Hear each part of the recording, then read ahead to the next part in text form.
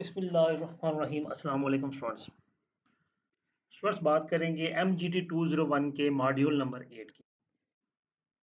ये है जी हमारा वर्किंग कैपिटल के हवाले से, वर्किंग कैपिटल मैनेजमेंट। इसके अंदर हमने जो स्टडी करना है वो जो कि वर्किंग कैपिटल है, तो वर्किंग कैपिटल बेसिकली हमारे पास होता है करंट एसेट्स। जनरली हम बात करें तो वर्किंग कैपिटल एक ग्रॉस होता है और एक नेट होता है, नेट वर्किंग कैपिटल। ग्रॉस को हम करंट एसेट्स के इक्वल कहते हैं, gross working capital equal to current assets होता है, और net working capital current assets minus current liabilities. हम यहाँ पे वर्किंग कैपिटल मैनेजमेंट पढ़ने लगे हैं, जिसमें हमने अकाउंट्स रिसीवेबल की management, accounts payable, inventory, short term financing, इन सब चीजों के बारे में पढ़ना। जी, इस मॉड्यूल में टोटल 75 हमारे पास स्लाइड्स हैं। ठीक है, कोशिश करें कि हम आज ही एक ही लेक्चर में इसको वाइंड अप करें 75 स्लाइड्स को। ठीक है, लेकिन इसमें हमको प्रैक्टिस क्वेश्चन नहीं करेंगे। जो क्वेश्चन इसके अंदर होंगे उनको डिस्कस जरूर करेंगे, लेकिन जो क्वेश्चन सॉल्व करने हैं, जो प्रैक्टिस क्वेश्चन जिनके बारे में, वो सेपरेटली हमारे पास चूंकि LMS में अवेलेबल होते हैं, तो हम उनको सेपरेटली सॉल्व करेंगे। वो सेपरेट वीडियो हमारी होगी। ठीक है, तो वीडियो की तरफ चलते हैं, लेकिन वीडियो की तरफ जाने से पहले जिन जिन स्टूडेंट्स ने अभी तक मेरा चैनल सब्सक्राइब नहीं किया, वो बराए करम चैनल को सब्सक्राइब कर दें, वीडियो को लाइक जरूर किया करें, कमेंट जरूर किया करें। ठीक है, अगर वीडियो पसंद आए तो, अगर नहीं पसंद आए तो ना कमेंट करें, कोई मसला नहीं है। लेकिन अगर वीडियो अच्छी लगे, लगे कि इसमें मेहनत हुई है, आपको चीज़ें समझ आ रही हैं, तो ज़रूर कमेंट करें, लाइक करें। जी, वीडियो की तरफ चलते हैं। हमारे पास है जी वर्किंग कैपिटल। मैंने पहले बताया gross working capital, net working capital, दो तरह की टाइप्स होती हैं। ग्रॉस वर्किंग कैपिटल मैंने अभी बताया कि इक्वल टू करंट एसेट्स होते हैं। ठीक है, यहाँ भी लिख लेते हैं। ठीक है, जहां भी आप देखें वो आपको लिखा हुआ मिले तो ये चीजें आसान हो जाती हैं। ये current assets minus current liabilities. जी, नेक्स्ट हम आ जाएंगे, हमारे पास आ गया why need working capital. Working capital की जरूरत क्यों होती है? इसमें हमारे पास इन्वेंट्री होती है, रिसीवेबल्स हैं, कैश है और प्री पेमेंट्स हैं। ये वो चीजें हैं जो कि हमारी डे टू डे वर्किंग को मीट कर रही होती हैं, तो ऑब्वियसली हमें वर्किंग कैपिटल की जरूरत है। कैपिटल का वो सरमाया जो हमारे डे टू डे वर्किंग को में यूटिलाइज होगा, हम उसको वर्किंग कैपिटल कहते हैं। नेक्स्ट प्रोसीड करेंगे, वर्किंग कैपिटल की अप्रोचेस की बात करेंगे, तो हमारे पास सबसे पहले तीन बेसिकली अप्रोचेस आती हैं। एक कंजर्वेटिव अप्रोच है, एग्रेसिव अप्रोच है, और एक मॉडरेट है, उसे हैजिंग अप्रोच भी कहते हैं। Hedging approach basically moderate level को यूटिलाइज को मीटअप करती है। ठीक है, इन तीनों अप्रोचेस को हम एक एक करके बढ़ेंगे। सबसे पहले हमारे पास आ जाएगा hedging approach. Hedging approach of working capital management में हमारे पास क्या है जी, देखते हैं क्या है। Short term financing of temporary requirement, long term financing for permanent working. यानी कि मॉडरेट क्या है कि इसमें हर चीज हम बैलेंस लेकर चलते हैं। शॉर्ट टर्म फाइनेंसिंग कर रहे हैं हम डे टू डे ऑपरेशंस को मीट करने के लिए, और लॉन्ग टर्म फाइनेंसिंग करके हम अपनी जो लॉन्ग टर्म रिक्वायरमेंट्स हैं, कोई हमें फिक्स एसेट परचेज करना है, ठीक है, इस तरह की रिक्वायरमेंट है, तो उसके लिए हम लॉन्ग टर्म फाइनेंसिंग करते हैं। और हमें डे टू डे ऑपरेशंस को मीट करना है, कोई इन्वेंट्री परचेज करनी है, उसके लिए हमें पैसा चाहिए, तो हम शॉर्ट टर्म फाइनेंसिंग की तरफ शिप मूव ऑन करते हैं। जिस तरह कि आप देखें कि जब शुगर केन का सीजन आता है, तो जो शुगर मिल्स हैं वो अगर लोन लेंगी शुगर केन परचेज करने के लिए, तो उन्हें 1-2 महीने के लोन चाहिए, क्योंकि शुगर केन से वो शुगर बनाएंगे, शुगर को मार्केट में सेल आउट करके अपना लोन रीपे कर सकते हैं। तो उन्हें लोन लॉन्ग टर्म फाइनेंसिंग तरफ जाने की जरूरत नहीं पड़ती। अब देखिए, ये एक हमारे पास उसने चार्ट बनाया, तो उसका कहना ये है कि करंट एसेट्स को मीट करने के लिए करंट एसेट्स हैं और फिक्स एसेट्स हैं। अब करंट एसेट्स में जो कमी पेशी है वो शॉर्ट टर्म फाइनेंसिंग से कवर अप हो रही है, बाय करंट एसेट और fix asset long term financing से कवर अप हो रहे हैं। ठीक है जी, फिर दूसरी हमारे पास अप्रोच आती है वर्किंग कैपिटल मैनेजमेंट की, कंजर्वेटिव अप्रोच। अब कंजर्वेटिव अप्रोच क्या है कि हम कंजर्व रहते हैं, हम कह लो कि इसको आप इस तरह से देख लें कि हम शॉर्ट टर्म फाइनेंसिंग पे फोकस नहीं करते। हम कहते हैं छोटे काम करना है या बड़े काम करने हैं, फाइनेंसिंग लॉन्ग टर्म होनी चाहिए, ताकि कोई परेशानी ना हो इन द मेन टाइम। ठीक है, यानी कि कंजर्व लेना कि अपने वो कहते हैं जो सेफ लूप है, सेफ एरिया है हमारा, हम उससे बाहर नहीं निकलते। ठीक है, आप इसको अपने बुजुर्ग पुराने जो लोग हैं उनके साथ इस सोच को मिला सकते हैं कि वो किसी भी रिस्की एक्टिविटी में नहीं जाते, वो अपने आप को सेफ खेलने की कोशिश करते हैं, और इसलिए उनकी सोच को कंजर्व भी कहा जाता है। तो कंजर्वेटिव अप्रोच इसी जिम्मे में आ जाती है। डेफिनेशन पढ़ते हैं इसकी जी, some part of temporary requirement in the working capital is met by long term financing. ठीक है जी, कि जो टेम्परेरी वर्किंग कैपिटल को अचानक हमें पैसों की जरूरत पड़े तो हम उसको भी मीट अप करने के लिए लॉन्ग टर्म फाइनेंसिंग की तरफ ही जाते हैं। अब यहाँ पे देखें, टेम्परेरी वर्किंग कैपिटल रिक्वायरमेंट है, परमानेंट है, फिक्स एसेट्स है, सबके लिए हम एक ही, कोई शॉर्ट टर्म फाइनेंसिंग की तरफ हम नहीं जाते, हम सिर्फ लॉन्ग टर्म फाइनेंसिंग ही को यूटिलाइज करते हैं। बहुत रेयर हम शॉर्ट टर्म फाइनेंसिंग की तरफ जाएंगे, लेकिन ज्यादातर हम लॉन्ग टर्म फाइनेंसिंग में जाएंगे। अब लॉन्ग टर्म में जहां पे हमें जब जरूरत पड़ी है तो हमने उसको मीटअप कर लिया, लेकिन जब जरूरत नहीं थी तो वो हमारे फंड्स हैं वो आइडल हो गए, बेकार हो गए, हमारे किसी काम नहीं आ रहे। ये कंजर्वेटिव अप्रोच का नुकसान है। प्रोसीड करते हैं जी। In conservative approach the amount of profit is minimum and the cost of financing is maximum. ये मिनिमम नहीं है, मैक्सिमम है जी। कॉस्ट ऑफ फाइनेंसिंग ज्यादा होती है क्योंकि लॉन्ग टर्म फाइनेंसिंग है तो लॉन्ग टर्म का इंटरेस्ट रेट ज्यादा होगा, जबकि प्रॉफिट इसमें कम होते हैं। फिर हमारे पास आ जाता है अब अग्रेसिव अप्रोच। अग्रेसिव अप्रोच ये इससे हटके है कि हम कहते हैं कि शॉर्ट टर्म फाइनेंसिंग से लॉन्ग टर्म काम भी कर लो, कोई फर्क नहीं पड़ता, बाद में देखा जाएगा। ठीक है, इस तरह के लोग भी होते हैं। कुछ लोग जो हैं वो कहते हैं ये देखी जाएगी, खैर है, कोई मसला नहीं। अब इसमें हमारे पास जो परमानेंट वर्किंग कैपिटल था उसको भी हमने अग्रेसिव अप्रोच के चक्कर में कुछ लॉन्ग टर्म फाइनेंसिंग कर ली और कुछ शॉर्ट टर्म फाइनेंसिंग कर ली। तो भाई शॉर्ट टर्म फाइनेंसिंग में हमारा ये जो एरिया है वो शो कर रहा है, ये प्रॉब्लम एरिया है कि हम अर्जेंटली हम जब शॉर्ट टर्म रीपेमेंट करनी पड़ी तो हमारे पास पैसे नहीं है। जहाँ पे तो चले वो पैसा जरूरत नहीं हो रही ना, जहाँ पे जरूरत है वहां पे शॉर्ट टर्म फाइनेंसिंग तो आपने कर ली, तो ये तो चले मीटअप हो जाएगा, लेकिन ये पोर्शन जो है आप कैसे पैसे वापस करेंगे। तो यहाँ पे लॉन्ग टर्म फाइनेंसिंग होनी थी, शॉर्ट टर्म नहीं होनी थी। So that's why hedging approach is one one of the best approach. उसमें हम मॉडरेट लेवल पे चलते हैं शॉर्ट टर्म और लॉन्ग टर्म फाइनेंसिंग में। ठीक है, हाँ, इन एग्रेसिव अप्रोच प्रॉफिट ज्यादा होते हैं लेकिन फाइनेंसिंग कॉस्ट जो है वो मिनिमम होती है। Account receivable management credit policy. जी अब बारी बात करेंगे जी अकाउंट रिसीवेबल मैनेजमेंट की। अकाउंट रिसीवेबल मैनेजमेंट की जरूरत क्या पेश आती है। होता यह है कि हमारे जो जो हमारे जाहिर सी बात है अकाउंट रिसीवेबल है, तो हम उससे जो रीपेमेंट एक्टिविटी है, रीपेमेंट टाइम जो है, हम उस हवाले से इसको मैनेज कर रहे होते हैं। हमारे कुछ ऐसे कस्टमर हैं जो 15 दिन में पेमेंट कर रहे हैं, कुछ के साथ 1 महीने का क्रेडिट है, कुछ के साथ 1.5 महीने का है, कुछ के साथ 2 महीने का है। ठीक है, क्रेडिट मुख्तलिफ है। ये क्रेडिट पॉलिसी बेसिकली इसको कहते हैं कि हम किस कस्टमर के साथ कितने दिन का क्रेडिट पॉलिसी रखते हैं। और हमने एक मैक्सिमम लिमिट क्रेडिट पॉलिसी भी रखी होती है कि हमें 2 माह से ज्यादा किसी को क्रेडिट नहीं देना, या 1.5 माह से ज्यादा किसी को क्रेडिट नहीं देना, या 1 महीने से ज्यादा किसी को भी क्रेडिट नहीं देना।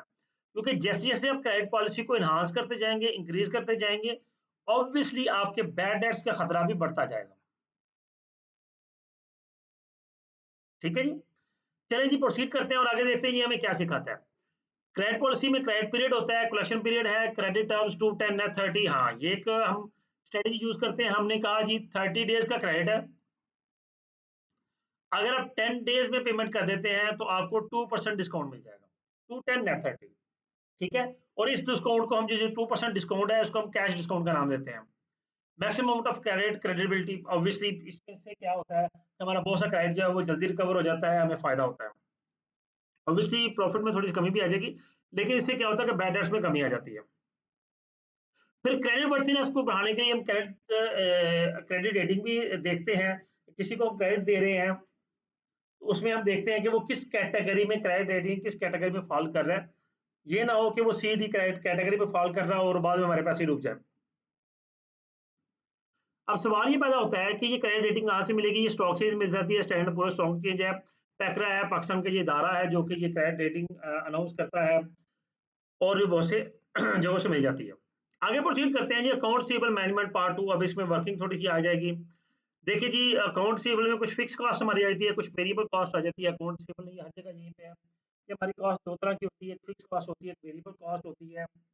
और उसी के हिसाब से हमारा यूनिट कंट्रीब्यूशन मार्जिन बनता है कि सेल्स में से जब वेरिएबल कॉस्ट माइनस करेंगे तो हमारा कंट्रीब्यूशन मार्जिन आता है। कंट्रीब्यूशन मार्जिन में दो चीजें शामिल होती हैं, एक हमारी फिक्स कॉस्ट होती है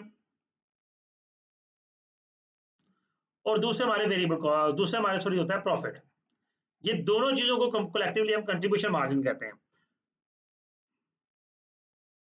कंट्रीब्यूशन मार्जिन रेशियो को कैलकुलेट करनी है तो कंट्रीब्यूशन मार्जिन को हम सेल्स मार्जिन को सेल्स पे डिवाइड करें तो हमारे पास कंट्रीब्यूशन मार्जिन रेशियो निकल आती है। नेक्स्ट हमारे पास आ गया variable cost ratio, variable cost over sales आ जाएगा। ठीक है, ये इसका फार्मूला है जी। अपॉर्चुनिटी कॉस्ट बेसिकली मैं तकरीबन अक्सर इसको समझा रहा होता हूँ। अपॉर्चुनिटी कास्ट आप किसी एक बेनिफिट को यानी कि किसी एक एक्टिविटी को लीव करते हैं किसी दूसरी एक्टिविटी को अटेन करने के लिए, क्योंकि उसमें हमें ज्यादा बेनिफिट नजर आ रहा होता है, तो वो जो लीविंग रेशियो होती है हम उसे अपॉर्चुनिटी कॉस्ट कहते हैं। Opportunity cost represent the potential benefit investor misses out on when choosing one alternative over the other. वो कोई पोटेंशियल बेनिफिट लूज करता है किसी एक पर दूसरे को तरजीह देने के लिए। जी नेक्स्ट आ गया जी, क्रेडिट पॉलिसी की बात करेंगे हम। Point to be considered, credit policy आप अगर इंक्रीज करते हैं, देखिए जी हमारी क्रेडिट पॉलिसी 15 डेज आ गई, 30 डेज आ गई, 45 डेज आ गई, 60 डेज आ गई, 75 डेज आ गई, 90 डेज आ गई। अब जैसे जैसे इंक्रीज करते जाएंगे आप इस तरफ को जाते जा रहे हैं, आपकी एडिशनल सेल्स आ रही हैं, आपकी सेल्स बढ़ती जा रही हैं, आपके एडिशनल रिसीवर्स आएंगे, आपका मार्जिन होगा, ऑब्वियसली आपकी कॉस्ट भी इंक्रीज होगी। क्यों? क्योंकि आपको फिर इन्वेस्टमेंट भी फर्दर चाहिए। जाहिर सी बात है, सो आप जैसे अकाउंट रिसीवेबल इंक्रीज हो रहे हैं, आपकी इन्वेस्टमेंट बढ़ेगी तो आप अकाउंट रिसीवेबल में इन्वेस्ट कर रहे हैं ना, आप अकाउंट रिसीवेबल में बेसिकली इन्वेस्ट कर रहे हैं जी। और इसके साथ साथ आपके बैड डेट्स भी इंक्रीज होने के चांसेस हो जाते हैं। हमें फिर ये देखना होता है कि हम जो सेल्स इजाफी कर रहे हैं उससे जो हमें प्रॉफिट्स आ रहे हैं, आया वो प्रॉफिट्स हमारे इतने हैं कि बैड डेट्स की रेशियो जो बढ़ रही है वो मीटअप हो सके, और जो इन्वेस्टमेंट की कॉस्ट है वो मीटअप हो सके, उससे ज्यादा आगे हमें फायदा होगा, फिर हम अपने क्रेडिट पॉलिसी को इंक्रीज करेंगे। मेरे ख्याल है बात समझ के हैं हम, अदरवाइज मैं दोबारा रिपीट करता हूँ कि मिसाल ले लें, सेल्स बढ़ने से मुझे मैंने 30 डेज का क्रेडिट पॉलिसी थी मेरी, वो 60 डेज में ले जाता हूँ, तो उससे क्या हुआ, मेरे जो बैडर्स पहले 2% होते थे वो अब 3% हो गए। मिसाल के तौर पर मेरे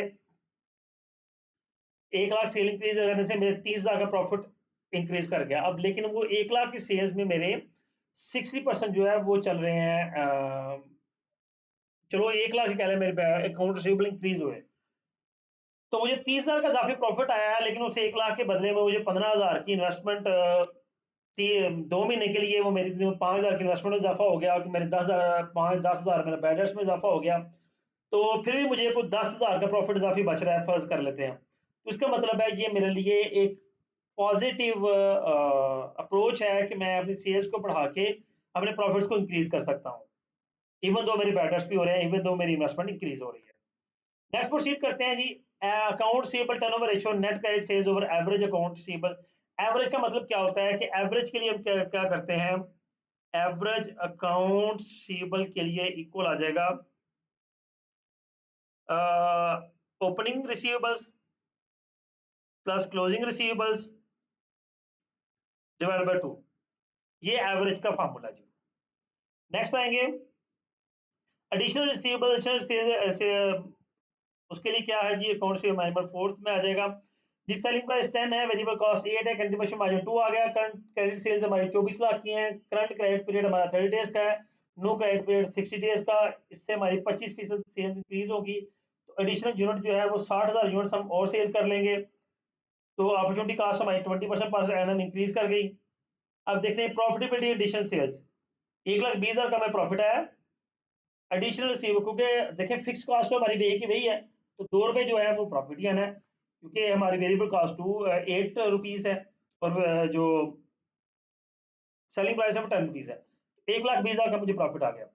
एडिशनल रिसीवेबल्स जो है हमारे 6 लाख बटा 6, 1 लाख के एडिशनल रिसीवेबल्स आ गए, कितनी इन्वेस्टमेंट हुई 80%, क्योंकि 20% हमारा प्रॉफिट आ गया ₹2, तो हमारी 80% जो है वो हमारी एडिशनल इन्वेस्टमेंट होगी इसके अंदर, सॉरी वेरिएबल कॉस्ट ही एडिशनल इन्वेस्टमेंट आएगी ना, बाकी तो 20% सेल्स प्रॉफिट है, 80% का 80,000 हमारी इन्वेस्टमेंट आ गई, 80,000 इन्वेस्टमेंट जो है वो 20% के हिसाब से 16,000 हमारा उसमें फर्दर खर्चा आएगा। ठीक है, तो देखें जी 1,20,000 का प्रॉफिट आया, और 16,000 की हमारा इजाफी खर्चा हो गया, उसके साथ इसके बैडर्स भी आएंगे, बैडर्स उसने यहाँ डिस्कस नहीं किए, बैडर्स डिस्कस करता तो फिर हम एग्जैक्टली निकाल लेते कि आया बाकी हमें अपनी जो क्रेडिट पॉलिसी है इंक्रीज करने का फायदा आ रहा है कि नहीं हो रहा। नेक्स्ट प्रोसीड करेंगे, न्यू क्रेडिट पॉलिसी एप्लीकेबल, उसी में वो वापस आ रहा है जी, ठीक हो गया जी। एडिशनल यूनिट से 36,000 सेल हो रहे हैं, एडिशनल सेल्स 3,60,000 की है, अपॉर्चुनिटी कॉस्ट 20% पर आना है जी। आते हैं जी 36,000 यूनिट्स 72,000 का प्रॉफिट हुआ, उधर से एडिशनल रिसीवेबल 60,000 के आ गए, क्योंकि छठा सा रिसीवेबल्स है हमारे। इन्वेस्टमेंट इन एडिशनल रिसीवेबल्स 48,000 की आ गई, क्योंकि 80% इन्वेस्टमेंट है। और level of receivable before credit period 2 lakh annual credit sales over old receivable turnover, तो 2 लाख के हमारे एवरेज रिसीवेबल्स थे। न्यू लेवल ऑफ रिसीवेबल्स हमारे 4 लाख के एवरेज रिसीवेबल्स हो गए, 24 लाख प्लस 6 आना है। Investment additional receivables associated with the original sales, additional receivables 2 lakh के हुए। अब इसमें इन्वेस्टमेंट कितनी आ गई जी, 48,000 की ये इन्वेस्टमेंट हो गई और 2 लाख की ये हो गई। 2,48,000 की हमने इन्वेस्टमेंट की। अब 2,48,000 की इन्वेस्टमेंट में हमारा जो 20% कॉस्ट ऑफ इन्वेस्टमेंट है वो 49,600 आ गया। तो हमारी प्रॉफिटेबिलिटी 72,000 की थी। इसका मतलब है यहाँ पे हमें फायदा हो रहा है, लेकिन स्टिल उसने बैड डेट्स को जिक्र नहीं किया। अगर वो बैड डेट्स जिक्र करता तो फिर एक्यूरेट आ जाता, तो बैड डेट्स उसने यहाँ पे जिक्र कर रहा है कि ऑब्वियसली बैड डेट्स हमारी कैट पॉलिसी को अफेक्ट करते हैं। देखिए जो पिछली एग्जांपल थी, अगली एग्जांपल तो डिफरेंट थी। पिछली एग्जांपल में हमारे वो कह रहा है जी एडिशनल बैड डेट 60,000 हुए, 16,000 हमने कॉस्ट ऑफ कैपिटल है हमारा, तो 76,000 हमारा एक्सपेंस आया, 1,20,000 की हमारा प्रॉफिट था। तो ऑब्वियसली हमें 44,000 ज्यादा बच रहा है, तो हम इसमें अपनी क्रेडिट पॉलिसी को इनहांस करेंगे। जी impact of cash discount on the credit policy, अब इसका भी देख लेते हैं जी। कैश डिस्काउंट का क्या फायदा होता है जी हमारे क्रेडिट पॉलिसी के ऊपर।